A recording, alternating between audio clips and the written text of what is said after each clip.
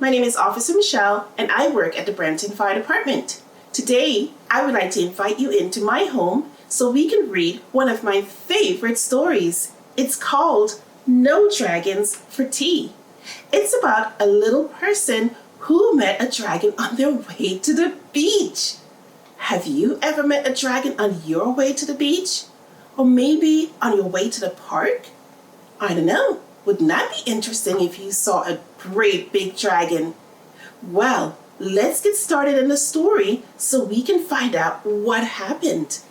Are you ready? Okay, let's go. One warm sunny day at the end of last week, my mom and I went for a walk to the creek. As I raced down the hill in my little red wagon, I veered to the left and smacked into a dragon.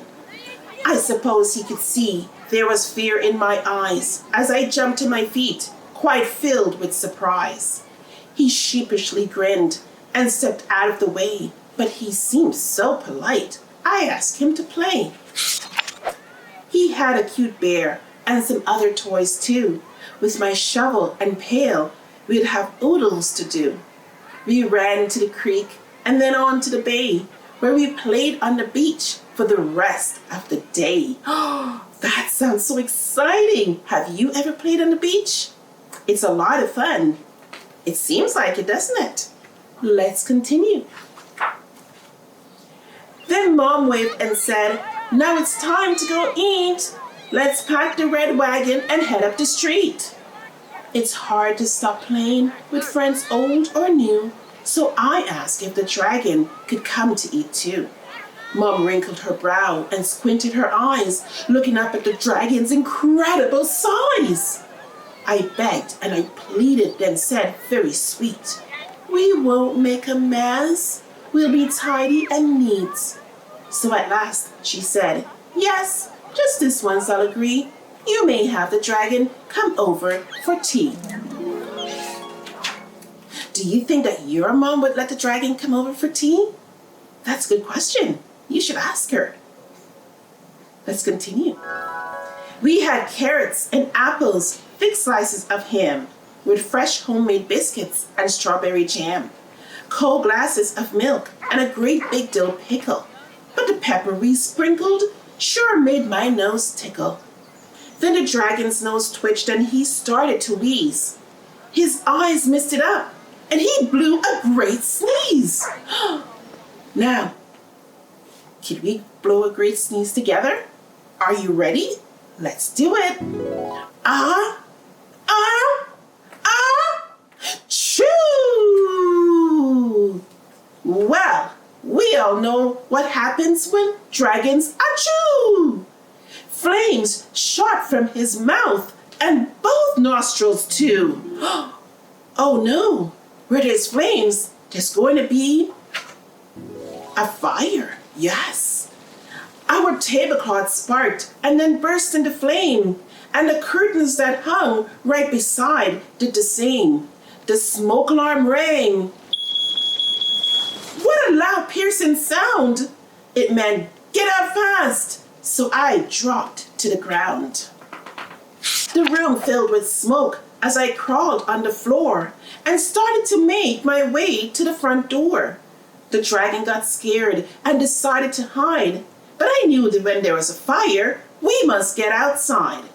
I grabbed his thick tail, and with one mighty tug, I pulled that big dragon from under the rug. Should we ever hide when there's a fire? No. What must we do? That's right, get outside. I crept down the hallway and said, "Follow me. I know the way out. We must meet by the tree." So Mom and the dragon and I all met there. Then that silly old dragon went back for his bear. We ran up and caught him and wouldn't let go. And I said, "Listen, dragon, here's what you should know. Don't ever go back. That just will not do. We can get a new bear, but we can't replace you." Since the fire was burning inside of our home, we went to the neighbors to borrow the phone. Mom knew what to dial and said calm and clear, "Here's our full street address. Send the fire trucks here." So friends, should we ever go back inside for anything, including our favorite bear? No. Get out and stay out. Can you say that? Get out and stay out. And what number did Mommy dial? Oh, you're right. 911. And that number is only for emergencies. And this is an emergency. So let's turn the page and hear what happens next. Before very long, down our street they came sailing, with bright red lights flashing and loud sirens wailing. The fire crew rushed to start work on their task. They were dressed in big boots and wore helmets and masks. They hooked up the hose and ran into the house, where they sprayed streams of water in order to douse the table, the curtains, our lovely snack too, and it didn't take long till that fire was through. The fire chief called out the door with a shout, "The smoke made a mess, but the fire is out." My poor friend the dragon knew he was to blame, so he hung down his head and wept great tears of shame. One of the fire crew said, "Don't be sad, you knew what to do, and of that we're quite glad. You all got out safely, that really is what matters." Then she took us to see the pump trucks and ladders. The dragon put on a shiny red hat, and I asked to see where the fire crew sat. She showed us the siren, the hoses and lights, and the ladders they climbed up to reach higher heights. The rest of the fire crew checked all the rooms, while a fan in the door blew out gray smoke and fumes. Then the dragon and we sat down for a while. I reached him and hugged him. He gave me a smile. The next time the dragon and I want to play, we'll pack up a picnic and go to the bay. We are friends, tried and true, the best we can be. But I'll never again invite dragons for tea. The end. Wasn't that an awesome story? Lots of things happen in this story. The dragon hide? No. Should we ever hide? Remember, we don't hide. We go outside. We never go back inside for anything, friends, not even our favorite bear. And it's so important for us to have a meeting place outside the front of our home.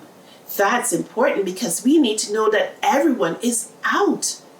So, a lot of things to remember from our book, No Dragons for Tea. Friends, it was nice having you here in my home. Thank you for visiting, and keep safe, everyone. See you soon. Bye.